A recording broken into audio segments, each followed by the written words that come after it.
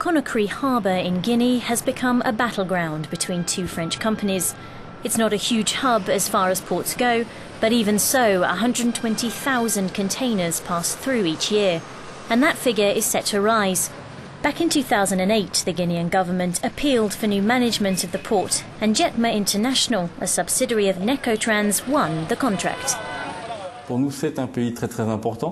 For us, it's a very well-positioned country, located close to Mali and other landlocked nations like Niger and Burkina. And now it is pretty well situated between Senegal and Ivory Coast.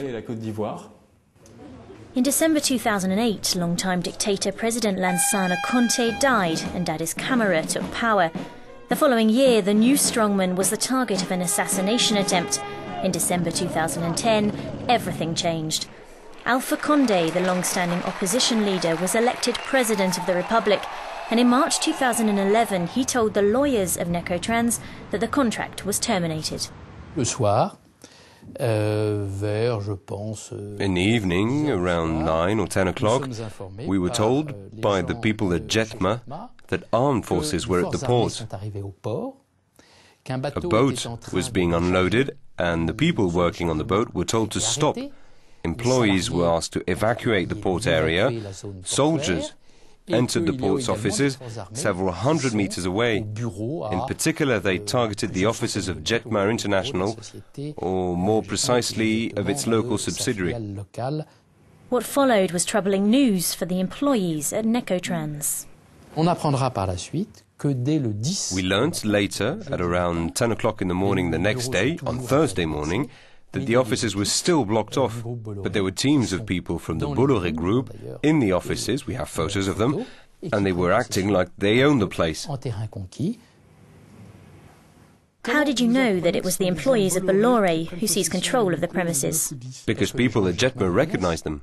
A few months later, President Condé was interviewed by leading French broadcaster Europe 1. When there was the tender, GETMA was first, Bolloré second, and Maersk third. Bolloré and Maersk agreed to work together, so I did not need to offer a new invitation. But you know what was said, that you paid off some of the Bolloré group who organized your presidential campaign. I am an independent man. If in 2 years the company hasn't honored its commitments, I would remove the agreement. While all this was going on, Necotrans was growing increasingly frustrated. We invested over 30 million euros in the Conakry port. Necotrans pressed charges against the President of the Republic. When we talk about charges, we talk about international corruption, because it's the technical term. But also, we asked him about stealing, entering offices and taking money.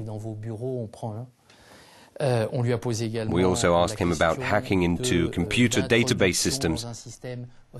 If you break into your neighbor's computer without having the right passwords and codes, that's a criminal offense. On the 26th of May this year, the French justice system demanded that Bolloré Africa Logistics reveal its contract with the Guinean government. And this is it. Some 30 pages, followed by a supplementary agreement signed at the end of April. The amendment means Bolloré controls both the container side of the port and the side where traditional fishermen work. As a result, the Bolloré group controls the entire harbour. An independent audit has denounced this private monopoly, which will be detrimental to the Guinean economy.